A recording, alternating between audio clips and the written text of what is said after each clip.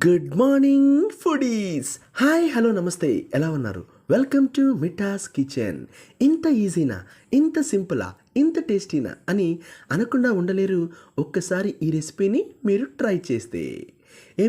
ఏదైనా వెరైటీగా చేయొచ్చు కదా అనే భర్తల కోసం, అమ్మా ఆకలి అనే పిల్లల కోసం, అబ్బా వీళ్ళ తొందరతో చచ్చిపోతున్నానండి, ఏదైనా చిటికలో అయిపోయే రెసిపీ ఉంటే బాగుండు అనే అక్కలకి, వదినలకి, అమ్మలకి, చిన్నమ్మలకి, మరియు నాలాంటి పెళ్ళి కాని ప్రసాదులకి ఇవాళ నేను పరిచయం చేయబోతున్నాను ఫ్రైడ్ రైస్.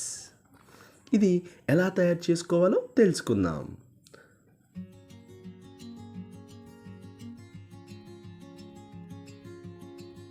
ముందుగా ఉల్లిపాయ, కొత్తిమీర, పుదీనాని చిన్న ముక్కలుగా కట్ చేసుకోవాలి. ఆ తర్వాత ఒక క్యారెట్ని తీసుకొని సన్నగా తురుముకొని పక్కనుంచుకోవాలి. ఇప్పుడు స్టవ్ ఆన్ చేసి స్టవ్ మీద బౌల్ ఉంచి బౌల్లో ఆయిల్ని యాడ్ చేసి ఆయిల్ వేడైన తర్వాత ఆనియన్స్ని యాడ్ చేసి దోరగా ఫ్రై చేసుకోవాలి. ఇలా ఫ్రై చేసుకున్న తర్వాత 2 టేబుల్ స్పూన్ల అల్లం వెల్లుల్లి పేస్ట్ని కూడా యాడ్ చేసి దోరగా వేయించుకోవాలి. ఇప్పుడు క్యారెట్, పుదీనా, కొత్తిమీరని కొద్దిగా యాడ్ చేసుకుని 2 నిమిషాల పాటు మగ్గించుకోవాలి.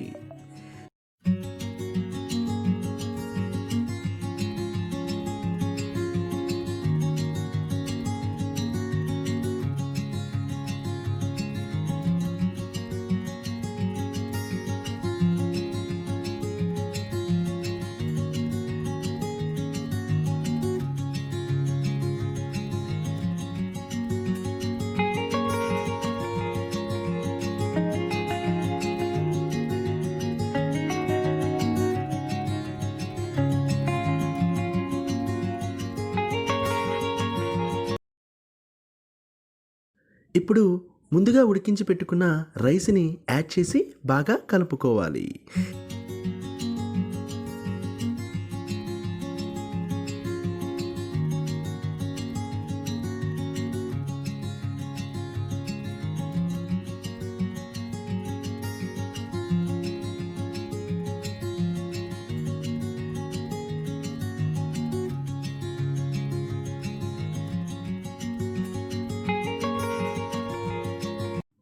ఇప్పుడు గరం మసాలాని మరియు తగినంత కారాన్ని యాడ్ చేసి బాగా కలుపుకోవాలి.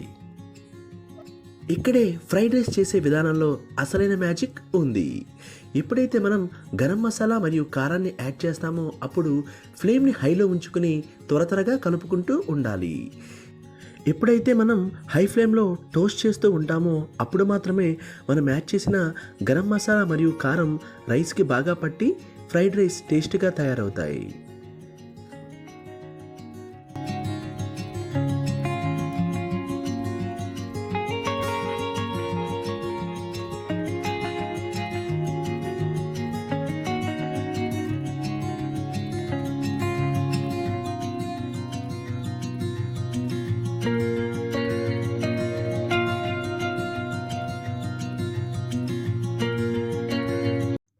ఈ టైంలో ఒకసారి సాల్ట్ని చెక్ చేసుకుని ఏమైనా యాడ్ చేయాలి అనుకుంటే యాడ్ చేసిన తర్వాత మిగిలి ఉన్న పుదీనా, కొత్తిమీర, క్యారెట్ని యాడ్ చేసి 2 నిమిషాల పాటు మగ్గించుకున్న తర్వాత స్టవ్ ఆఫ్ చేసి కొద్దిసేపు పక్కన వదిలేయాలి.